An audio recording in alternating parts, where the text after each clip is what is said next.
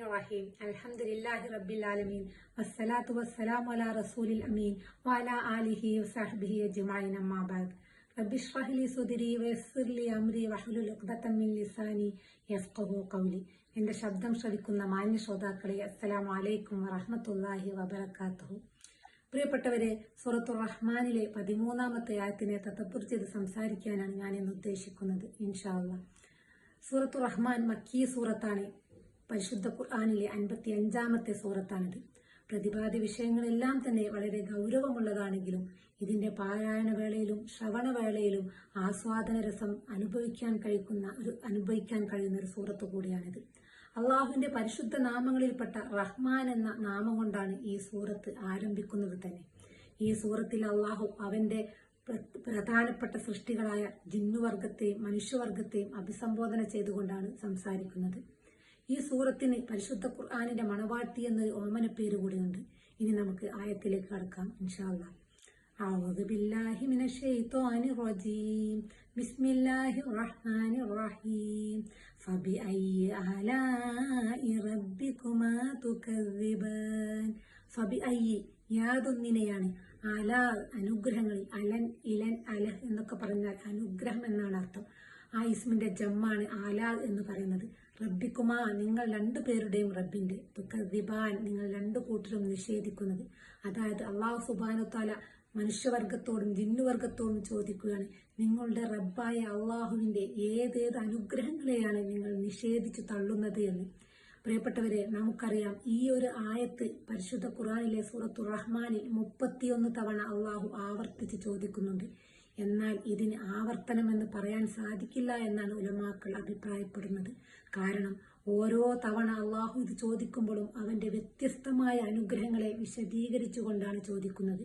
അതുകൊണ്ട് തന്നെ ഓരോ ചോദ്യത്തിനും അതിൻ്റെതായ പ്രാധാന്യവും അവന്റെ സൃഷ്ടി വൈഭവത്തിനുള്ള ഉദാഹരണങ്ങൾ കൂടിയാണ്.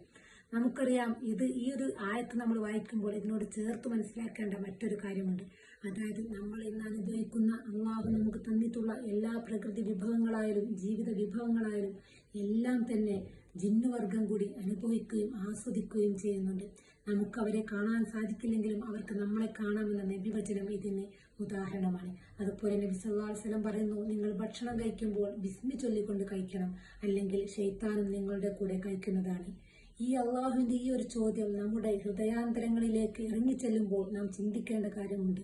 നമുക്ക് ചുറ്റുപാടിലേക്കും നമ്മളൊന്ന് കണ്ണോടിച്ചാൽ നമ്മൾ നിസ്സാരമായി കാണുന്ന പല കാര്യങ്ങളെക്കുറിച്ചും നമ്മളൊന്ന് ആഴത്തിൽ ചിന്തിച്ചാൽ തന്നെ അറിയാതെ നമ്മുടെ മനസ്സിലേക്ക് വരും ആലിമ്രാനിലെ ആ ഒരായത്ത്, റബ്ബനാ മാ ഖലഖ്ത ഹാദാ ബാത്തിലൻ സുബ്ഹാനക വഖിനാ അദാബന്നാർ.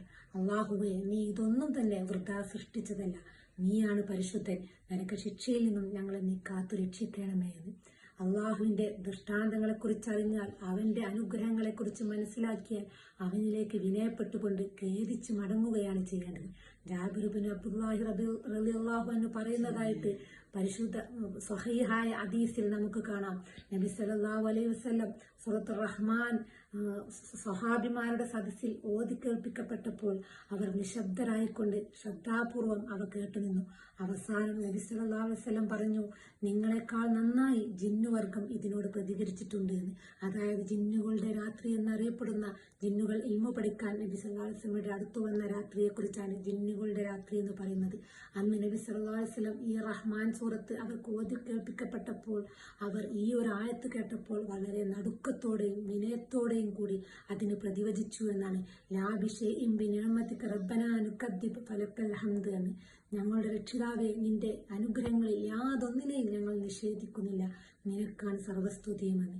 ഇത് നബി സല്ലല്ലാഹു അലൈഹി വസല്ലം നമുക്ക് പറഞ്ഞു തരുന്നത് ഈ ഒരു ആയത്ത് കേൾക്കുമ്പോൾ നമ്മളും നമ്മുടെ മനസ്സിൽ ഇതുപോലെ ഉത്തരം പറയേണ്ടതുണ്ട്.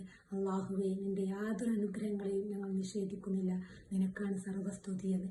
നമ്മുടെ സ്വന്തം സൃഷ്ടിപ്പിലേക്ക് തന്നെ നമുക്കൊന്ന് കണ്ണോടിച്ചാൽ അള്ളാഹു നൽകിയിട്ടുള്ള അനുഗ്രഹങ്ങൾ നമുക്ക് മനസ്സിലാവും. എന്നാൽ അവൻ നമുക്ക് തന്നിട്ടുള്ള പോരായ്മകൾ, നമുക്ക് വല്ല പോരായ്മകളും ഉണ്ടെങ്കിൽ അത് മാത്രം എണ്ണി പറഞ്ഞുകൊണ്ട് അതിൽ പരാതിപ്പെട്ടുകൊണ്ട് അള്ളാഹുവിനോട് നന്ദികേട് കാണിക്കുന്നതിന് പകരം അവൻ നമുക്ക് തന്ന അനുഗ്രഹങ്ങളെ ആലോചിച്ചുകൊണ്ട് അവനിലേക്ക് വിനയപ്പെട്ട് നടക്കുകയാണ് വേണ്ടത്. എന്നാൽ ഇന്നത്തെ കാലഘട്ടത്തിൽ ഒരു വിഭാഗം ഇതെല്ലാം യാദൃശ്ചികമായി ഉണ്ടായതാണ് എന്ന് പറഞ്ഞുകൊണ്ട് അവനെ പാടെ പുറന്തള്ളുകയും മറ്റൊരു വിഭാഗം അവനിലേക്ക് പങ്കുകാരെ ചേർത്തുകൊണ്ട് ആ പങ്കുകാരെ ആരാധിക്കുകയും പൂജിക്കുകയും ചെയ്യുന്ന കാഴ്ചയാണ് നാം കാണുന്നത്. ഇത്തരത്തിലുള്ള നന്ദിക്കെട്ട ആളുകളോടാണ് അള്ളാഹു ഈ ചോദ്യം 31 പ്രാവശ്യം ചോദിക്കുന്നത്. പരിശുദ്ധ ഖുർആനിൽ പല സ്ഥലത്തും അള്ളാഹു പറയുന്നതായി നമുക്ക് കാണാം. ഫഹും ലാ യഫ്ഖഹൂൻ ഫഹും ലാ യഅ്ഖിലൂൻ എന്നെല്ലാം. അതായത് അവർ ചിന്തിക്കുന്നില്ല, അവർ ബുദ്ധി കൊടുക്കുന്നില്ല എന്ന്.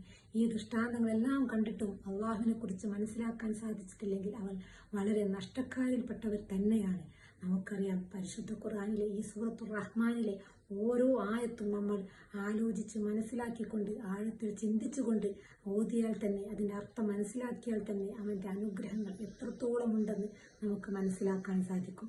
ഇത്തരത്തിൽ അവൻ്റെ അനുഗ്രഹങ്ങളെ മനസ്സിലാക്കിക്കൊണ്ട് അവനിലേക്ക് ഖേദിച്ച് മടങ്ങിക്കൊണ്ട് വിനയത്തോടു കൂടി അവൻ എന്തെല്ലാം നമ്മളോട് കൽപ്പിച്ചിട്ടുണ്ടോ അവ നടപ്പിൽ വരുത്തുകയും അവൻ എന്തെല്ലാം വിരോധിച്ചിട്ടുണ്ടോ അവരിൽ നിന്നെല്ലാം മാറി നിൽക്കുകയും ചെയ്യുന്നുകൊണ്ട് നല്ലൊരു ജീവിതം മുന്നോട്ട് കാഴ്ചവെക്കുകയാണ് നാം വേണ്ടത്.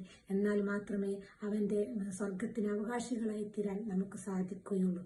അള്ളാഹുവിൻ്റെ മാർഗത്തിൽ അവൻ്റെ ദൃഷ്ടാന്തങ്ങൾ മനസ്സിലാക്കിക്കൊണ്ട് അവനിലേക്ക് ഖേദിച്ചു മടങ്ങാൻ അള്ളാഹു നമുക്കെല്ലാവർക്കും തൗഫീഖ് നൽകട്ടെ എന്ന് പ്രാർത്ഥിച്ചുകൊണ്ട് വാഹിറു ദഅവാന അനിൽ ഹംദുലില്ലാഹി റബ്ബിൽ ആലമീൻ. അസ്സലാമു അലൈക്കും വറഹ്മത്തുള്ളാഹി വബറകാതുഹു.